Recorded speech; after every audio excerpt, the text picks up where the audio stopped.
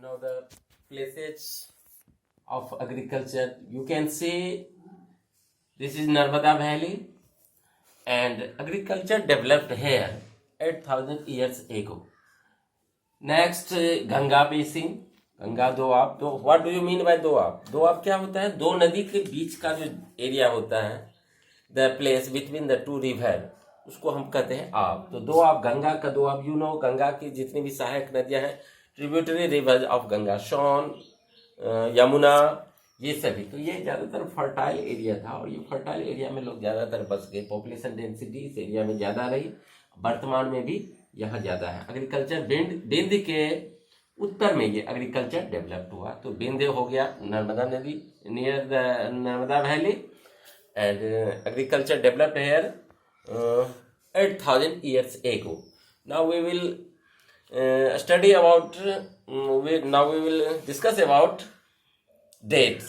तो you know, जैसे अभी 2020 है, 2020 में हम लोग हैं, तो इसका अर्थ ये होता है, इसको यदि एडी यहाँ लिखे हैं तो इसका अर्थ होता है एनोडेमनी, मतलब ईसा मसीह के जन्म के 2020 साल बाद. यानी हम ये अभी एडी चल, यानी ईसा से आगे चल रहे हैं.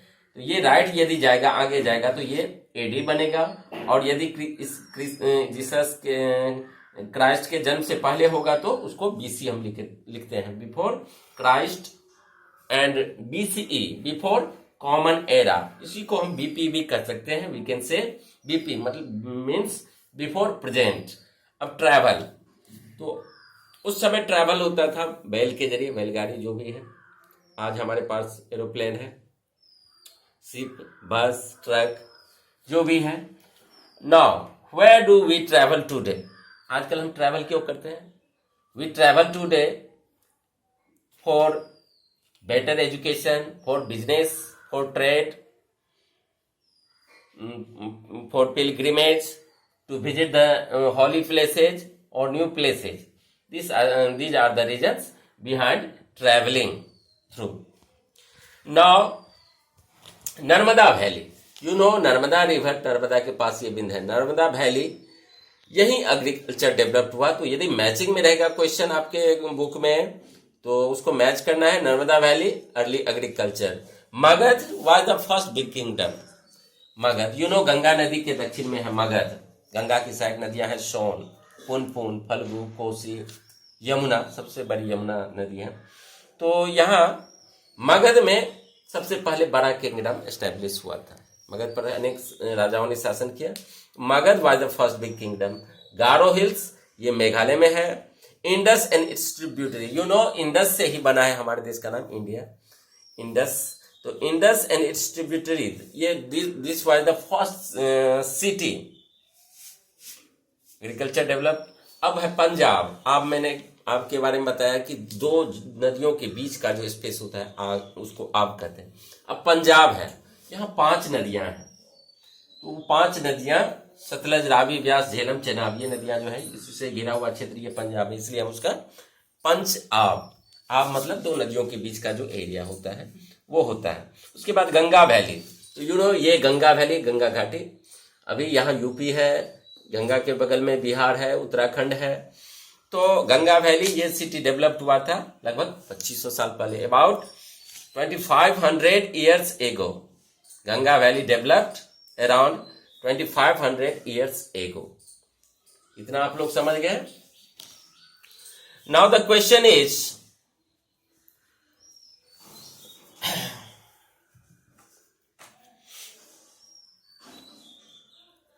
हम why do we study history? History क्यों हम स्टडी करते हैं? इसलिए स्टडी करते हैं ताकि अतीत को हम जानना चाहते हैं. हमारे अंदर क्यूरियोसिटी जगती है और हम उसको जानने की प्रवृत्ति जब हमें जग जाती है, जिसको हम क्यूरियोसिटी कहते हैं, तब जाके हमें कुछ ना कुछ जानने की इच्छा होती चली जाती है और वहां से शुरू होता है. जिस तरह उपन्यास हम पढ़ते हैं आगे क्या होने वाला है. जो हिस्ट्री, ये 5वां वेद है. हिस्ट्री को 5वां वेद कहा है कि आर्कियोलॉजिस्ट ने क्या क्या पाया. When the आर्कियोलॉजिस्ट को क्या क्या मिला, what they found. तो they found tools, stones, weapons and inscriptions, coins, bangles. So इतिहास में हम 3 बात का ख्याल रखेंगे। इंस्क्रिप्शन पहला हुआ, दूसरा मैन्युस्क्रिप्ट, लिटरेरी सोर्सेज जितने भी हैं उससे भी हम हिस्ट्री को जान सकते हैं। लिटरेरी सोर्सेज में आता है ब्राह्मण साहित्य जो आता है, वेद, उपनिषद, पुराण, जो कि मैंने आप लोगों को बता दिया है। बट नदी घाटी के किनारे ही सभी सभ्यता विकसित हुए थे, और वहीं ये नर्मदा वैली हो गया, ये पंजाब का एरिया हो गया, ये गंगा दोआब हो गया। तो इतना आप लोग समझ गए होंगे हिस्ट्री में। आगे क्लास जारी रहेगी, और मेरा प्रयास है कि अब ऑनलाइन आप लोगों से जुड़ूं, और कल से मैं ऑनलाइन क्लास लूँगा। आप लोगों को जो प्रॉब्लम है इस चैप्टर में यू कैन आस्क, और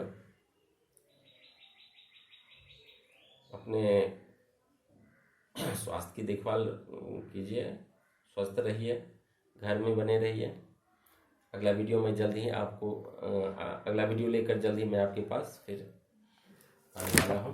तो अभी तक जितना मैंने पढ़ाया आप लोग रिवाइज कीजिएगा through the lesson, through the chapter, और अच्छी तरह से नोट्स बनाइएगा, क्वेश्चन आंसर बनाइएगा, 2 बार 3 बार लिखना है, ये बनाइएगा। इसमें जो भी प्रॉब्लम है वो आप अगले क्लास में और जब ऑनलाइन होगी तब पूछिएगा। Thank you.